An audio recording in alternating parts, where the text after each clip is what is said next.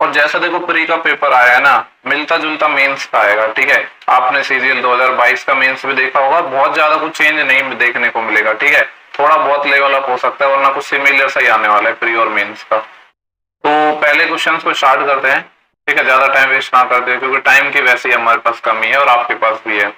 बोल रहा है कि from a point Q the length of the tangent to a circle is 20 centimetre. ठीक है, and the distance of Q from the centre is 25। इस तरह एक सर्कल हो गया अपना। ठीक है, यहाँ पे कोई पॉइंट है क्यू, हमसे बोला है कि यहाँ से एक टेंजेंट है। ठीक है, मान लो एक मैंने टेंजेंट बना दी, इसकी लंबाई बोला है कि 20 सेंटीमीटर है और सेंटर से इसकी जो दूरी है वो 25 सेंटीमीटर है। हमसे रेडियस पूछिए। आपको पता है कि टेंजेंट और ये जो रेडियस है ये क्या होता है, एक दूसरे के परपेंडिकुलर होते हैं। तो यहाँ पे ट्रिपलेट बन जाएगा। देखो ये 20 और 25 का अगर मैं रेशियो लूँ तो 4 और 5 आ रहा है, यानी 3 4 5 का ये ट्रिपलेट होगा। लेकिन मैंने 5 से काट दिया तो 5 से मल्टीप्लाई और करना पड़ेगा, यानी 15 सेंटीमीटर इसका सही आंसर हो जाएगा। ठीक है, रेशियो लेके किया करो, नॉर्मल वो बेसिक तरीका आप मत अप्लाई किया करो पाइथागोरस का। ठीक है, नेक्स्ट सवाल है, इसको सॉल्व करना है। देखो -9 और -3, माइनस का 12 हो जाएगा और बाहर प्लस है तो माइनस ही रहेगा।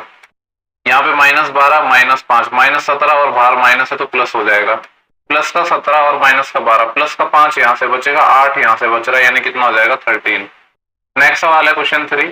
ठीक है, यहाँ पे बोला है, मैं इसको थोड़ा मिनिमाइज कर देता हूँ। क्या बोला है कि सुपार्जा एंड कौशल्या है can complete A work in 30 and 20 days. S से लिख देता हूँ, के से लिख देता हूँ। ठीक है, ये 30 हो जाएगा, ये 20 हो जाएगा। अगर इनका मैं एलसीएम की बात करूँ तो 60 आ जाएगा। 30 दूनी 60 और 20 3 60।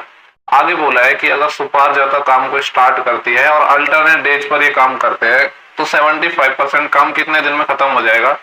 पहले तो हम ये देखते हैं कि 75% होगा कितना। ठीक है, 60 का 75% होता है 3/4। 4 से ये 15 टाइम चले जाएगा, यानी टोटल काम हमें करना है वो 45 काम करना है। और पहले एस करेगा 2 काम, फिर के करेगी 3 काम, यानी मैं कह सकता हूँ 2 दिनों में। ठीक है, पूरा नाम नहीं बोल रहा हूँ, 2 और 3 5 काम होगा। अब देखो काम कितना करना है हमें 45, यानी सिंपली 9 से इधर मल्टीप्लाई कर दो, 9 से इधर मल्टीप्लाई कर दो, तो 18 डेज में अपना इसका 75% वर्क डन हो जाएगा। इसके बाद नेक्स्ट सवाल है। देखो मैं बहुत ज्यादा टाइम नहीं ले रहा हूँ सॉल्व करने के बाद, और टाइम लेना भी नहीं है, एग्जाम में भी अपन को करते ही अगले सवाल भी बढ़ जाना है। बोल रहा है कि A and B can do a project in 9 days. ठीक है, ए और बी अगर करते हैं तो किसी प्रोडक्ट को 9 डेज में करते हैं, और बी और सी अगर कर रहे हैं तो 12 दिनों में कर रहे हैं, जबकि सी और ए कर रहे हैं तो ये 18 दिनों में कर रहे हैं। अगर एलसीएम की बात करूं तो 18 12 का 36 ही आ जाएगा एलसीएम। 9 चौके 36, 12 तिया 36 और 18 दूनी 36। बोला है कि अगर ए बी सी तीनों साथ मिलकर काम करे तो काम कितने दिन में खत्म होगा। देखो सबको जोड़ूंगा मैं तो 4 और 3 7 और 2 9 आ जाएगी एफिशिएंसी, लेकिन सब में ये 2 बार काउंट हो गया, A B B B C B, तो सबकी एफिशिएंसी कितनी आएगी 9/2, तो 2 ऊपर चले जाएगा। 9 से 4 टाइम और 4 दूनी 8, सॉल्व करोगे तो 8 आंसर आ जाएगा। ठीक है, देखो नेक्स्ट सवाल है क्वेश्चन नंबर 5। बोल रहा है कि एक सर्कल है जिसमें ओ सेंटर है, पी ए और पी बी टेंजेंट है। देखो सेम पॉइंट्स हैं, यानी पी एक्सटर्नल पॉइंट होगा, ये पी ए हो गया और ये पी बी हो गया। ठीक है, इसको ए मान लेते हैं, इसको बी मान लेते हैं। पी ए और पी बी 2 टेंजेंट है पॉइंट ए और बी पर, पी एक्सटर्नल पॉइंट है, एंगल ए पी बी 24 है, ए पी बी यानी this angle is 24 degree. Then हमें चाहिए एंगल ए ओ बी। मान लो यहाँ पे अपना सेंटर है तो हमें क्या चाहिए, दिस एंगल, ये वाला एंगल चाहिए। आपको पता है कि ये भी 90 डिग्री होता है, क्योंकि टेंजेंट और ये अपना जो रेडियस है 90 होता है, ये भी 90 होता है, यानी ये 90 हो गया, ये 24 है, तो ये पूरा क्या बन जाएगा, एक अपना ये क्वाड्रिलेटरल है। ठीक है, यानी ये वाला जो एंगल है ये सिंपली कितना आ जाएगा, 180 डिग्री में से माइनस कर दो, क्योंकि साइक्लिक क्वाड्रिलेटरल बनता है यहाँ पे। ये 180 में से अगर 20 जाता तो 160 बचता, लेकिन 4 और जाएगा, यानी 156 आएगा। इसके बाद नेक्स्ट सवाल हम देखेंगे question number 6। Time and work का क्वेश्चन आ गया। देखो वापस टाइम एंड वर्क के तो भर भर के सवाल पूछे इन्होंने। ए और B working together can finish a piece of work in 8 days. ठीक है, ए और बी जब साथ मिलकर काम करते हैं तो किसी काम को 8 दिनों में निपटा देते हैं। और आगे बोला है अगर बी अकेला काम करता है तो 24 दिन में करता है, एलसीएम आ जाएगा 24। ठीक है, 8 या 24, 24 से कम 24। ए और बी की मिला के एफिशिएंसी 3 है, बी की अकेले की 1 है, इसका मतलब कह सकता हूँ ए की एफिशिएंसी 2 है। हमसे पूछ रहा है ए अकेले कितने दिन में करेगा, 24 काम में ए 2 की एफिशिएंसी से कितने दिनों में कर देगा, 12 दिनों में। ठीक है, अभी तो एकदम सिंपल क्वेश्चन आ रहे हैं। नेक्स्ट सवाल है ए पर्सन इन्वेस्ट कितने रुपए और कितने 5% पर एनम पर साधारण ब्याज की दर से। टोटल अमाउंट उसको आ रहा है 12,300 रुपए, तो पूछ रहा है कि कितने टाइम तक उसने इन्वेस्ट किया। देखो अमाउंट कितना मिल रहा है 12,300, प्रिंसिपल कितना था 9,840, तो यहाँ से मैं सिंपल इंटरेस्ट देख रहा हूँ कि कितना आएगा। तो 0, 10 में से 4 गया 6, यहीं का सिर्फ बढ़ जाएगी। 13 में से 9 गया 4, यहीं कैरी बढ़ जाएगी। और 12 में से 10 गया तो 2, 24 तो 60 आ गया सिंपल इंटरेस्ट। किस पर प्रिंसिपल है 9840 इंटू रेट क्या है 5%, time T divide by 100। Solve कर लेते हैं। 1 0 से ये वाला 0 चले जाएगा, 5 से ये 2 टाइम चले जाएगा, ठीक है। और 2 से इसको काट लेते हैं, 2 चौके 8, फिर 1 बचेगा, 2 नाम 18, 2 दूनी 4। अब यहाँ से टाइम निकालना है। देखो अगर ये 500 होता तो लगभग 5 गुना आएगा, यानी अभी भी लगभग 5 गुना ही आएगा। ये आपको सॉल्व करने की रिक्वायरमेंट ही नहीं है। नेक्स्ट सवाल है क्वेश्चन नंबर 8। बोल रहा है कि P and Q, P give Q a head start of 2 second in 400 metre race.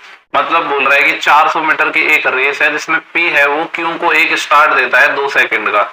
मान लो Q अपने यहाँ से स्टार्ट करेगा और P यहाँ से करेगा, और यहाँ तक इसको 2 सेकेंड लगे जाने में, यानी 2 सेकेंड का स्टार्ट दे दिया। और टोटल जो ये जो रेस है ये कितने मीटर की है, 400 मीटर की है। आगे देखते हैं क्या बोला है। बोला कि but both finish the race at the same time, लेकिन दोनों सेम टाइम पर खत्म करते हैं। देखो Q को स्टार्ट दिया था यहाँ पे, P लेट चला होगा 2 सेकेंड, लेकिन खत्म सेम टाइम पे हुआ है। आगे बोला है कि find the time taken by P to finish the race, ठीक है। P के द्वारा टाइम निकालना है कि कितना टाइम मिलेगा अगर Q की स्पीड है 2 मीटर पर सेकंड। देखो Q की स्पीड हमें गिवन है 2 मीटर पर सेकंड। अब एक बात बताओ मेरे को, अगर Q की स्पीड 2 मीटर पर सेकंड है तो इसको 2 सेकंड का स्टार्ट दिया था, मतलब कि ये 4 मीटर दूरी चल चुका होगा। और ये कितनी चलनी थी, अभी इसको 400 में से 4 खत्म माइनस कर दो तो 396 मीटर, ठीक है। अब हमसे पूछा था कि P को कितना टाइम लगेगा। हम Q का टाइम निकाल लेंगे, फिर P का भी निकाल लेंगे। पहले मैं Q का टाइम निकाल रहा हूँ कि Q को लगेगा कितना, ठीक है। तो टोटल देखो 400 मीटर की रेस थी जिसमें Q 2 मीटर पर सेकंड से चलता, तो इसको कितने सेकंड लगते, 200 सेकंड। कितने लगते, 200 सेकंड लगते। लेकिन देखो 200 कब लगते, जब ये स्टार्टिंग पॉइंट से चलता, लेकिन 2 सेकंड को तो इसका स्टार्ट ही मिल गया था, यानी इसको 198 सेकंड ही लगे, ठीक है। और हमसे बोला है कि भले ये 2 सेकंड पहले चल दिया लेकिन खत्म तो सेम टाइम पे हुआ है ना, यानी P को भी सेम टाइम लगा है 198 सेकंड, ठीक है। मतलब Q की वैल्यू से ही हम P का निकाल सकते हैं, क्योंकि टाइम तो सेम है, चाहे Q का निकाल लो चाहे P का निकाल लो। उम्मीद कर रहा हूँ कि सवाल आपको समझ आ गया होगा। देखो नेक्स्ट सवाल है क्वेश्चन नंबर 9, इंपॉर्टेंट सवाल है। यहाँ पे हमसे बोला गया है कि कोई आर्टिकल है जिसकी प्राइस पहले तो R% बढ़ी है, फिर R% डिक्रीज हुई है। अगर लेटेस्ट प्राइस दे रखा है यहाँ पे 1 रुपए है, तो हमसे पूछ रहा है ओरिजिनल प्राइस क्या था। देखो कोई चीज वही वाला फॉर्मूला लगा देंगे, A plus B plus A B upon 100। R% बढ़ा, फिर R% घटा, फिर प्लस होता है R into minus R divide by 100। तो R से तो R कैंसिल हो जाएगा, यानी ओवरऑल मैं कह सकता हूँ R स्क्वायर बाई 100% जो प्राइस है वो डिक्रीज हुई है, ठीक है। अब बोला है कि करंट प्राइस क्या है, 1 रुपए है। जैसे मान लो इनिशियल में मैं मान लेता हूँ कि इनिशियल में 100 यूनिट प्राइस थी, ठीक है। अभी कितनी हो जाएगी, इसका R स्क्वायर बाई 100% घट गई, तो 100 का R स्क्वायर बाई 100 होगा कितना, पहले वो निकाल लेते हैं। R स्क्वायर बाई 100, ठीक है। और ये है डाटा परसेंटेज में, तो परसेंटेज का 100 और आएगा। ये इस चीज में भी काफी लोग कंफ्यूज हो सकते हैं, तो 100 और आएगा, तो 100 से 100 कैंसिल हो जाएगा। तो ये कितना आएगा, R स्क्वायर बाई 100। इतना तो क्या हुआ है, घटा है इसका प्राइस, यानी होगा कितना एक्चुअली में, 100 में से ये माइनस कर दो, R स्क्वायर बाई 100। ये है लेटेस्ट प्राइस, करंट प्राइस, ठीक है। सवाल में इसी के बारे में बोला गया है कि ये जो प्राइस है इसकी वैल्यू है 1 रुपए, ठीक है। तो हमसे पूछ रहा है कि उसका ओरिजिनल प्राइस क्या था, यानी 100 की यूनिट की वैल्यू चाहिए। देखो ये सारी जो डाटा है ये यूनिट में है, इसकी वैल्यू 1 रुपए और 100 की वैल्यू चाहिए। तो यहाँ से क्या होगा, इधर 100 तो चले जाएगा मल्टीप्लाई में, और डिवाइड में चाहो तो यहाँ पे देखो एलसीएम भी ले सकता हूँ मैं। तो ये कितना आएगा, यहाँ पे आएगा 100 है, 2 0 और बढ़ जाएंगे, यानी ये 4 0 आ जाएंगे, 1 2 3 4 0 माइनस R स्क्वायर, ये आ जाएगा। इधर 100 मल्टीप्लाई में चले गया, ये तो 1 यूनिट की वैल्यू आएगी यहाँ से, है ना। लेकिन हमें तो 100 की चाहिए, तो 100 और चाहिए होगा, तो ऊपर आएंगे 1 के बाद 4 0 और नीचे आएगा ये 1 के बाद 4 0 माइनस R स्क्वायर, यानी ऑप्शन नंबर पहला हो जाएगा, ठीक है। ठीक सवाल था, ऐसा कुछ मिलता जुलता सवाल शायद 2021 में पूछा था। नेक्स्ट सवाल है, पूछ रहा है कि what is the approximate ratio of sales of product A and to product E in 2019, ठीक है। ए का देखो ये है, यहाँ पे डाटा हो सकता है आपको दिख नहीं रहा हो, ये है 20, और ई का डाटा यहाँ पे है 40। तो हमसे क्या पूछा है, अप्रोक्सीमेट रेशियो पूछा है, यानी 20:40 पूछा है, मतलब 1:2 आ जाएगा। देखो नेक्स्ट सवाल है क्वेश्चन नंबर 11, इंपॉर्टेंट सवाल है, ठीक है। यहाँ पे बोल रहा है कि 50 डजन बनाना है, उनकी कॉस्ट है 2400 रुपए, है ना। और जो ट्रांसपोर्ट है पर बनाना का जो उसका जो खर्चा है वो 0.25 रुपए है, और यहाँ पे सेलिंग प्राइस दे रखी है 10 रुपए फॉर ए पेयर ऑफ बनाना। अब देखो कंफ्यूज तो ये करवाना चाह रहा है, यहाँ पे पेयर ऑफ बनाना की बात कर रहा है, मतलब दो बनाना की बात कर रहा है कि दो का ये सेलिंग प्राइस है, तो हमें निकालना है कि प्रॉफिट क्या होगा। तो देखो चाहो तो सब पे निकाल लो या एक पे निकाल लो, एक ही बात होती है। मैं यहाँ से पहले निकाल रहा हूँ कि 1 डजन जो वन बनाना है उसका सीपी क्या होगा, मैं ये निकाल रहा हूँ, ठीक है। आपको पता है कि 50 डजन का ये है, तो यहाँ से पहले 1 डजन का निकालूंगा तो आ जाएगा 2400/50। कितने का आया है, ये 1 डजन का आया, और 1 डजन में कितनी होती है 12, तो 12 से डिवाइड कर दूंगा, ये एक का आएगा, एक बनाना का सीपी, 12 दूनी 24, 200 और 50 से 4 टाइम कर जाएगा, 4 आएगा। लेकिन 4 भी नहीं है, इसमें 0.25 पैसे ट्रांसपोर्ट का और खर्चा हुआ था, यानी जो सीपी है बनाना का वो अपना है 4.25 रुपए, ठीक है।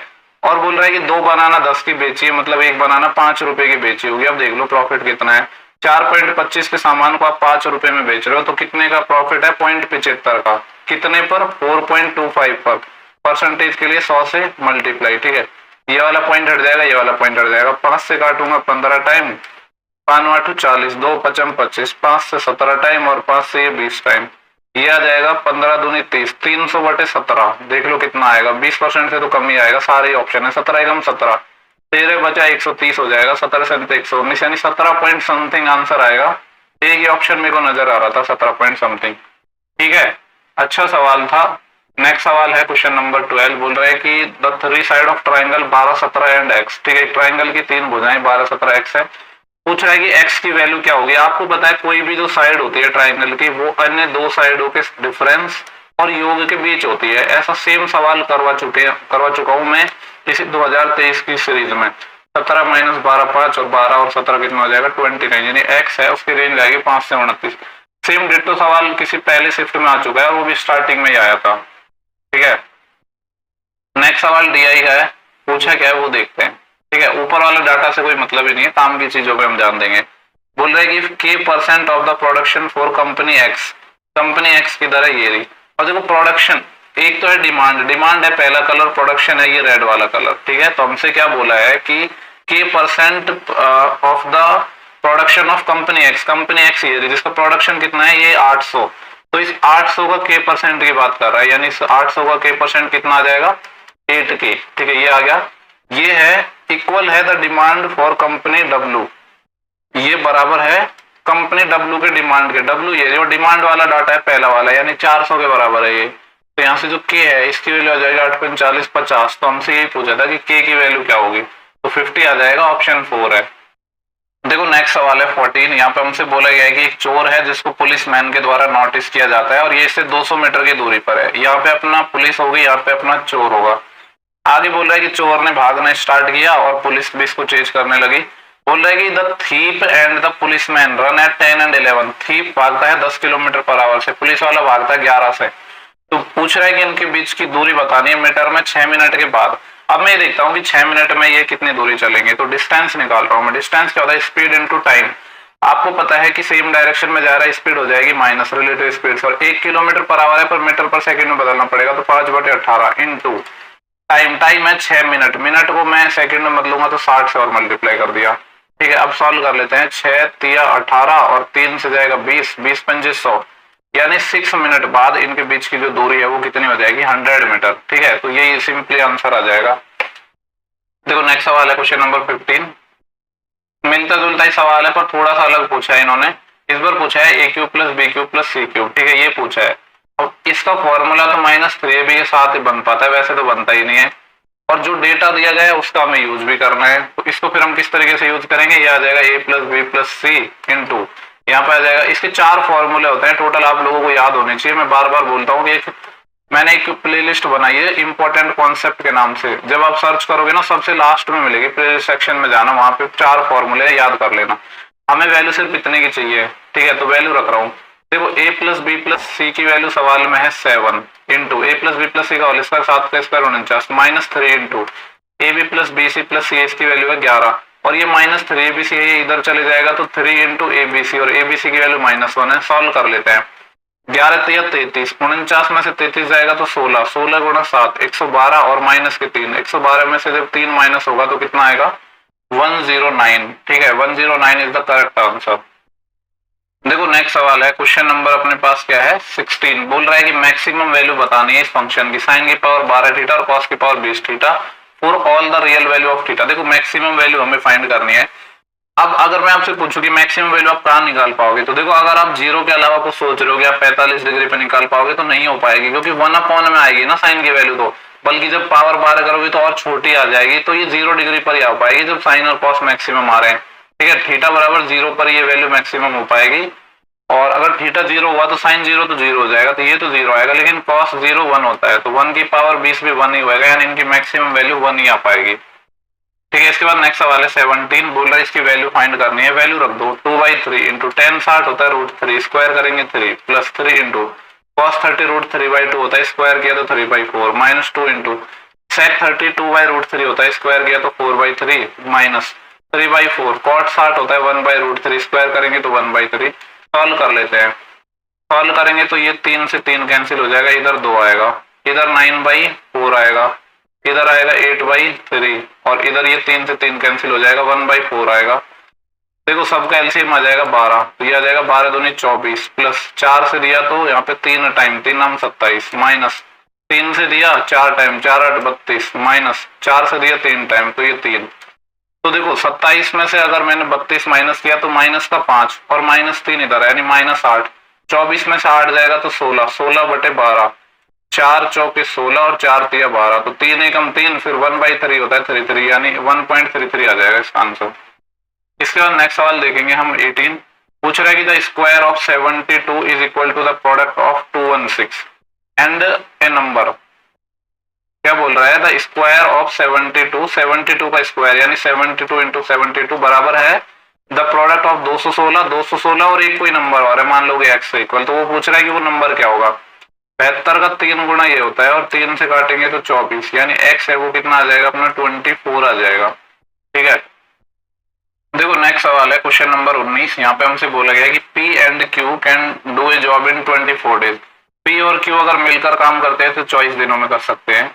Q और R अगर मिलकर कर रहे हैं तो 30 दिनों में कर सकते हैं, और P और R अगर मिलकर कर रहे हैं तो 40 दिनों में। एलसीएम कितना आ जाएगा 120, 24 पंजे 120, 30 चौक 120, 40 के 120। अगर मेरे को P Q R की इफिशिएंसी निकालनी हो तीनों की तो कितनी हो जाएगी, ये 5 और 4 9 3 12, लेकिन सब 2 पर आ गए तो 12 का आधा 6 आ गई इनकी इफिशिएंसी। ठीक है, ये सवाल पहले तो इंपॉर्टेंट लगा लो, थोड़ा सा डिफरेंट सवाल है। आगे हमसे बोला गया है इनकी इफिशिएंसी में रेशियो है XYZ, 3 नए लोग आए, बोला है कि X है वो 4 टाइम एफिशिएंट है P का, यानी X और P की इफिशिएंसी में क्या आ गया, अगर इसकी 1 है तो इसकी 4 आ गई, ये इफिशिएंसी है। आगे बोला है Y है वो हाफ एफिशिएंट है Q का, अगर Q की इफिशिएंसी 2 है तो Y की क्या है 1 है।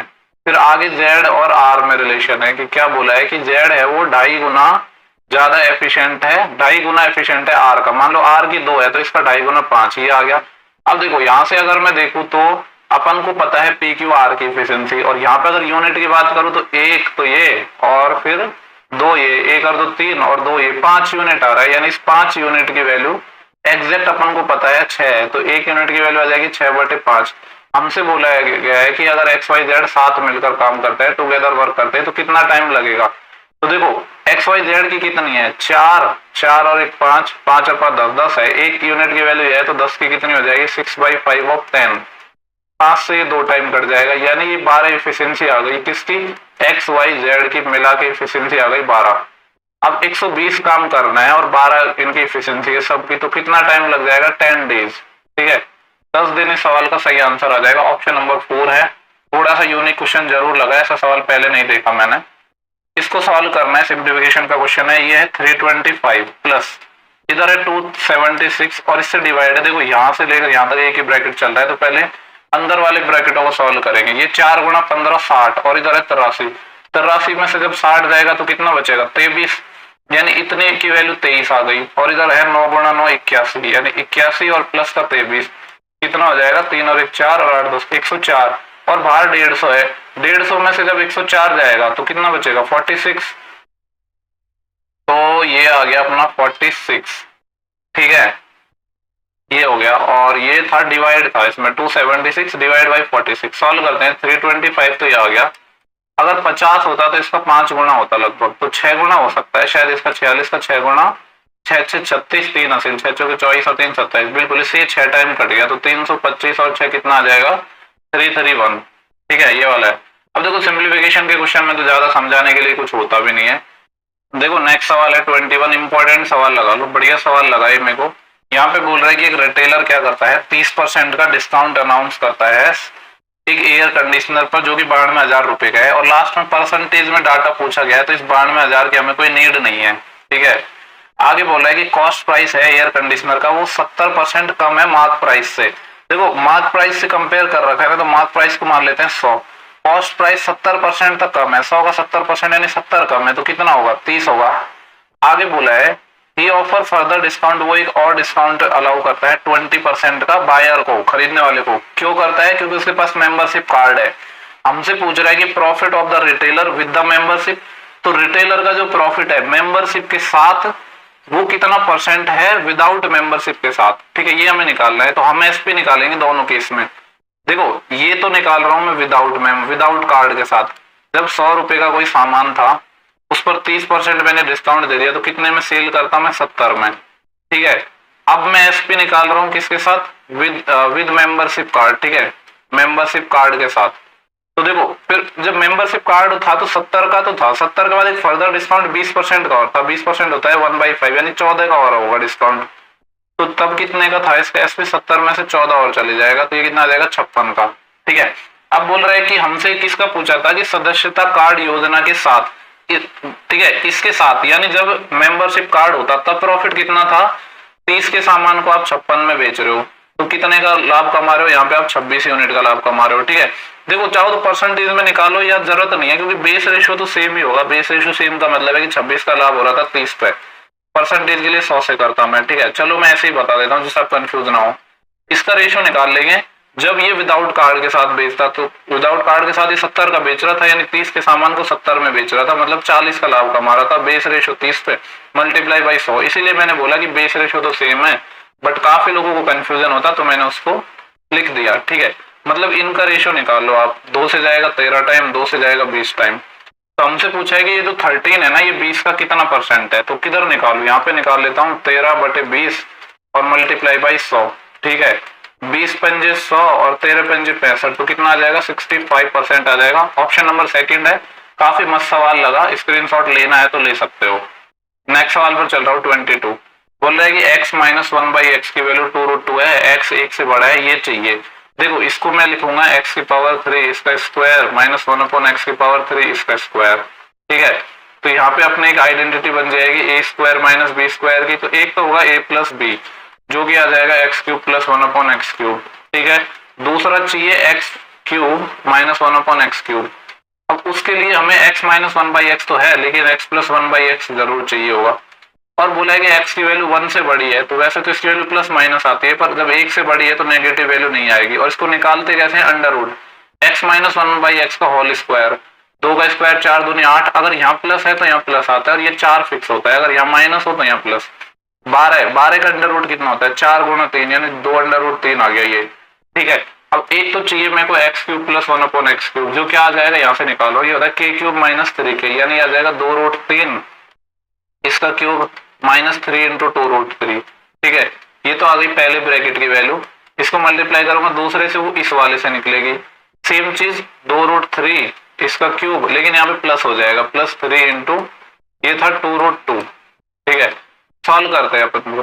देखो 2 का क्यूब होता है 8 है ना, और √3 का होता है 3√3, यानी ये आ जाएगा 8 या 24√3 और माइनस का 6, 24 में से 6 जाएगा तो इधर तो आ गया 18√3 इंटू 2 का क्यूब होता है 8, √3 का 3√3, तो 8 या 24√3 ये आ गया, इसमें प्लस हो जाएगा कितना, 3 दूनी 6, 6√2, तो 24, एक सेकेंड, यहाँ पे ये 2√2 का क्यूब था, सॉरी मैंने यहाँ पे गलती कर दी, जो माइनस वाले में ये था 2√2 मैंने वो इसी से कर दिया, ये 2√2 का क्यूब आएगा, 2 का क्यूब हो गया 8 और √2 का 2√2, यानी हो जाएगा 8 दूनी 16√2, कितना आ जाएगा 16√2 और 6√2, 16 और 6 आ जाएगा 22√2, ठीक है।